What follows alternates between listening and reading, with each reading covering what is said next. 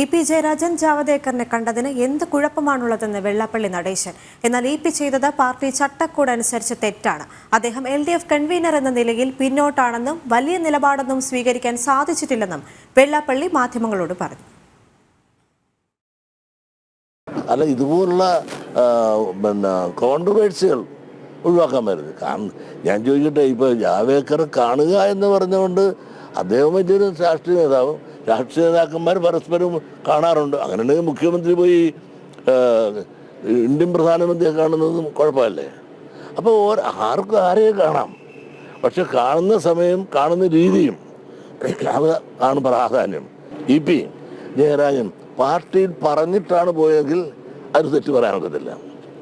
Party അറിയാതെയാണ് പോയത്, അല്ലെങ്കിൽ പോയി വന്ന ശേഷവും പാർട്ടി റിപ്പോർട്ട് ചെയ്തിരുന്നെങ്കിൽ കുഴപ്പമില്ല. ഇതുവരെ പാർട്ടി പറയാതെയും റിപ്പോർട്ട് ചെയ്യാതെയും ഇരുന്നുവെങ്കിൽ അത് കമ്മ്യൂണിസ്റ്റ് പാർട്ടിയുടെ ആ നയവും പരിപാടിയും ചട്ടക്കൂടും അനുസരിച്ച് അത് തെറ്റ് തന്നെയാണ്.